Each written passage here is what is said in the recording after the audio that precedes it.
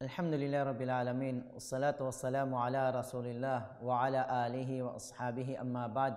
Assalamualaikum warahmatullahi wabarakatuh.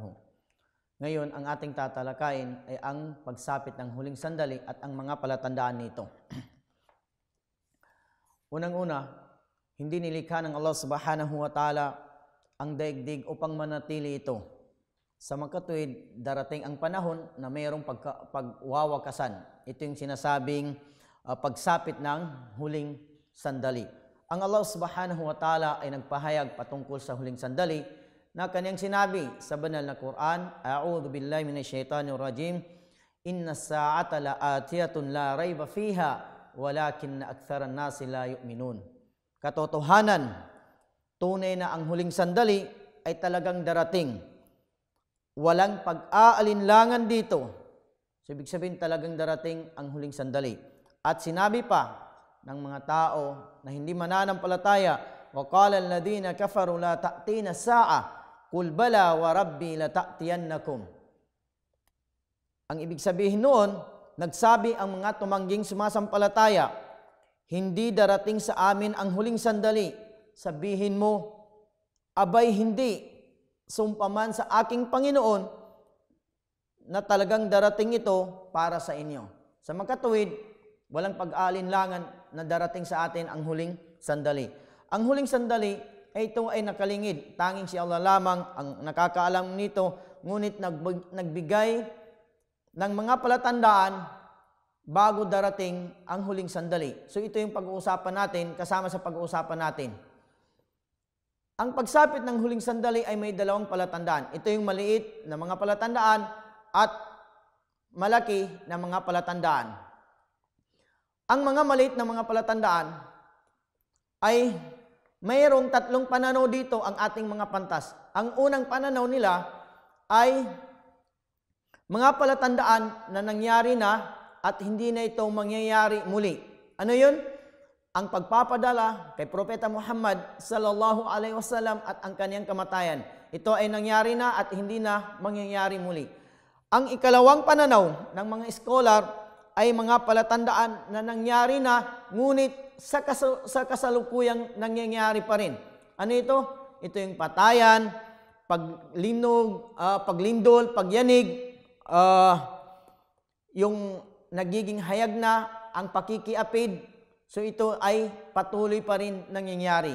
At mayroon naman ang ikatatlong pananaw ng mga scholar sa maliit na mga palatandaan, ito naman yung hindi pa nangyari. Hindi pa nangyari. Ano ito? Ito yung kakausapin ng hayop ang mga tao. Ito ay binanggit ni Propeta sallallahu alaihi wasallam sa kanyang hadith na sabi ni walladhi nafsi biyadi la taqumu sa'a hatta tukallimul Siba'ul ins. Ito ay naiulat ni Bukhari. Sabi ni Propeta, hindi magugunaw ang daigdig hanggat sa hindi kakausapin ng hayop ang tao. So ito ay hindi pa nangyari. Ito yung maliit na mga palatandaan. Ngayon dadako tayo sa malaki na palatandaan. Babanggit tayo dito ng iilan. Unang-una na palatandaan ay ang paglitaw ni Dajjal. Sino si Dajjal? Siya ay binanggit ni Propeta sallallahu alaihi wasallam sa kanyang mga hadith. Ang kanyang katangian, siya ay mamula-mula ang kanyang kutis, kulot ang kanyang buhok, isa ang kanyang mata, ito yung sinasabing kirat, na nasa bandang kanan ay parang ubas na lumilitaw. Bibigyan siya ng Allah subhanahu wa ta'ala ng kapangyarihan na ito'y magiging tukso, pinakamalaking tukso sa mga tao. Anong kapangyarihan ito? Unang-una, uutusan niya ang kalangitan na uulan at ito'y uulan. Uutusan niya ang kalupaan na ilalabas ang nasa ilalim nito at ilalabas naman ng kalupaan. At magpapakita siya ng impyerno at ang paraiso. Ngunit ang paraiso na yon na kanyang ipapakita, yun na yun ang impyerno. At ang impyerno naman na ipapakita niya, yun na yung paraiso. Kaya ang mga tao, siyempre, lahat ng mga tao doon papasok sa paraiso na yun. Pero kabaliktaran, yun na pala yung impyerno. Then, siya ay mamamalagi dito sa daigdig ng 40 araw. At wawasakin niya ang buong daigdig maliban lamang sa Madina at ang Makkah.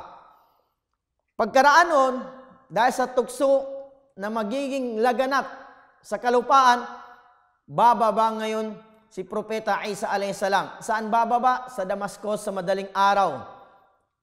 Na siya ay magsasala kasama ang mga tao. At pagkaraan nun, hahanapin niya si Dajjal, ang bulaang Kristo, at kanyang papatain. Then, pag napatay niya yon, ang kasunod noon, no, dito, sa mga palatandaan nito, hangin nakikitil sa mga mananampalataya. Magpapadala ang Allah subhanahu wa ta'ala ng hangin nakikitil sa mga mananampalataya. At ang tanging matitira lamang ay ang mga tao na sobrang buod ng sama.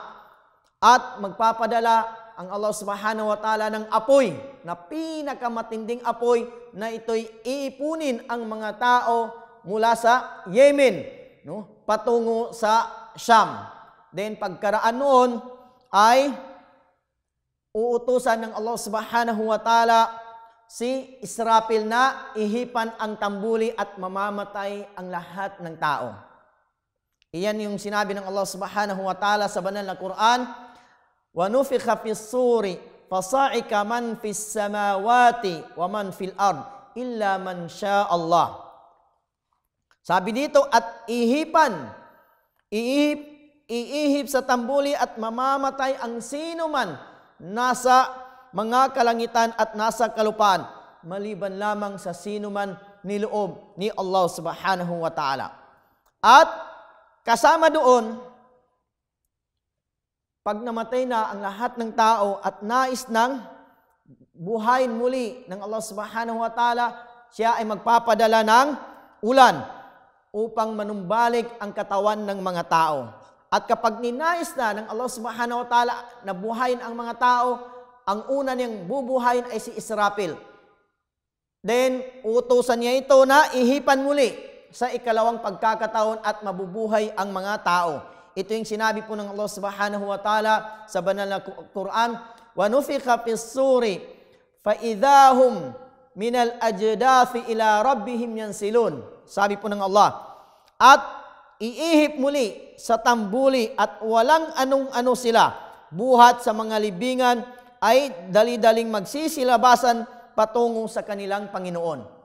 So dito harap ang mga tao sa kanilang Panginoon. At ang unang ilalabas ng Allah subhanahu wa ta'ala sa lupa ay ang ating mahal na propeta sallallahu alaihi wasallam. Ito ay nabanggit sa kanyang hadith. At iipunin ng Allah subhanahu wa ta'ala sila sa isang puok.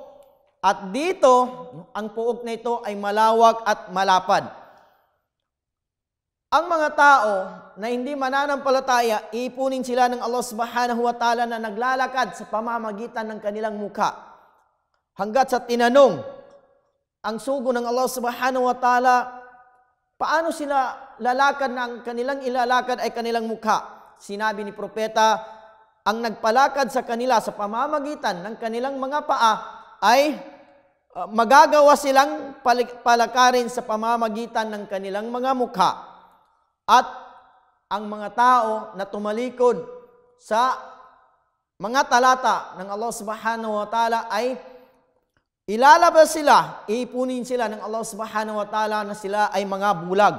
Bubuhayin muli sila ng Allah subhanahu wa ta'ala na sila ay mga bulag.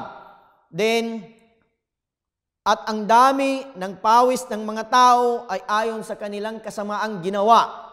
No? Mayroon sa kanila na ang pawis nila ay aabot hanggang bukong-bukong at mayroon naman sa kanila na hanggang baywang at mayroon naman sa kanila na ang pawis nila ay aabot sa kanilang ilong. At sa araw na iyon ay mayroong lilim, pasisilungin ang Allah subhanahu wa ta'ala sa kanilang lilim. So hanggang dito na lamang, inshallah, ipagpapatuloy lang natin sa susunod na episode. Wassalamu alaikum warahmatullahi wabarakatuhu.